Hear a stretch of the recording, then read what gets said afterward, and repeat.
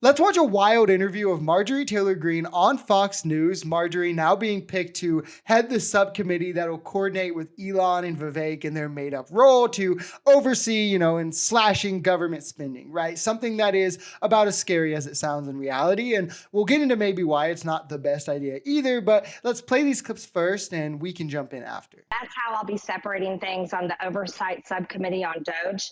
We'll be looking at everything from government-funded media programs like NPR that spread nothing but Democrat propaganda. We'll be going into grant programs that fund things like sex apps in Malaysia, toilets in Africa, all kinds of programs that don't help the American people. I want to talk to the people at the Pentagon and ask them why they can't find billions of dollars every single year and why they fail their audit. But not just that, Maria. I'd like to talk to the governors of sanctuary states and the mayors of sanctuary cities and have them come before our committee and explain why they deserve federal dollars if they're going to harbor illegal criminal aliens in their states and their cities. We're going to look in every single aspect, and we don't care about people's feelings. We're going to be searching for the facts, and we're going to be verifying if this is worth spending the American people's hard-earned tax dollars on. I think even to a lot of Republicans and most Americans, the ones who are still sane at least, they can understand that giving someone like Marjorie Taylor Greene the reins of power in something like this probably won't end well. You want the people to head committees to be experienced, be able to exhibit critical thinking, right? Level-headed, able to get things done and passed with even the other side. And you can save the partisan lunatics for the backdrop when you need like the clicks or the votes in the House or the Senate, right? But to appoint someone actually as unserious as Marjorie, who believes that Jewish space lasers are real, to look into agencies and cut their funding is insane. With like the importance of so many of these agencies, especially when I think it'll bear out where none of these things that actually need slash, that, constantly failed audits, like the Pentagon, are going to be looked into, or like the amount we overspend on policing each year, for instance, or on jailing, these sorts of things. Instead, the focus is going to be on like making these social welfare programs justify themselves for the 1,000th time because, those poor people are always stealing money from the rich and somebody's got to come defend the billionaires. Because if Marjorie and Elon and the richest person in the world, and then Vivek, another tech bro billionaire, don't do it, then who will? You see, America's been really spoiled for a long time, but the federal government has been the worst abusers of the Americans' hard-earned tax dollars and the American people's trust.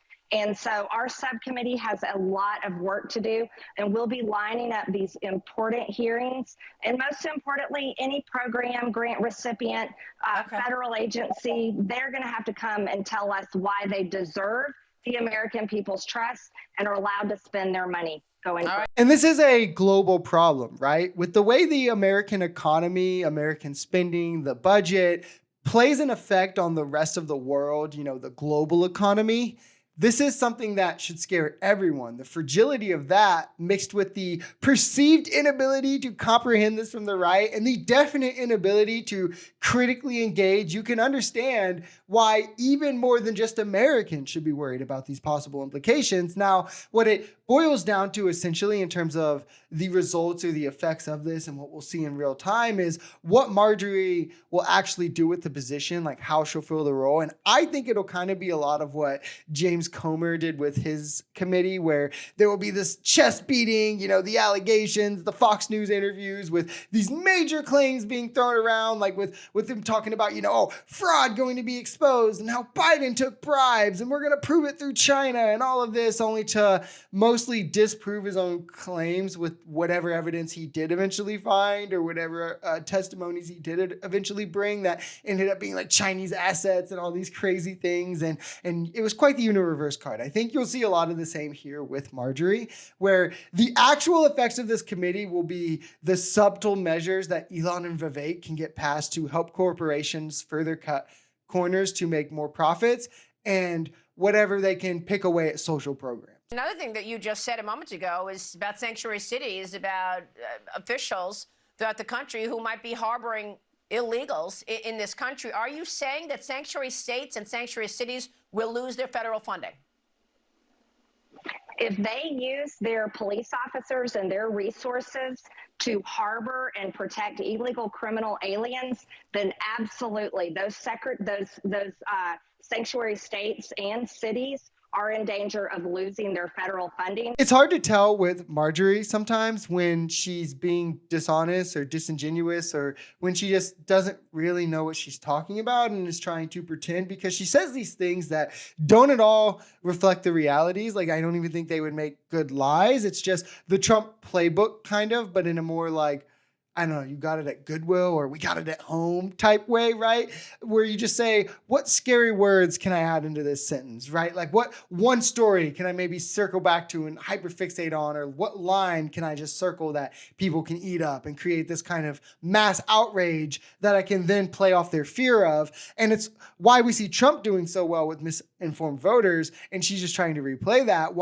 It's why we have surveys right now coming back of Americans not understanding the true sizes, thinking there's 21 times more trans people in America than there are, 27 times more Muslims in America than there are, like 3 times more immigrants, I think, 3 times more Black. I mean, it's really crazy, right? They're underestimating the true sizes of these minority groups, but also they're overestimating the minority groups, but then they're underestimating the majority groups in this country. And it's why it's more pertinent than ever to get back to having actual facts in our discourse and stop normalizing like just objectively untrue things being said.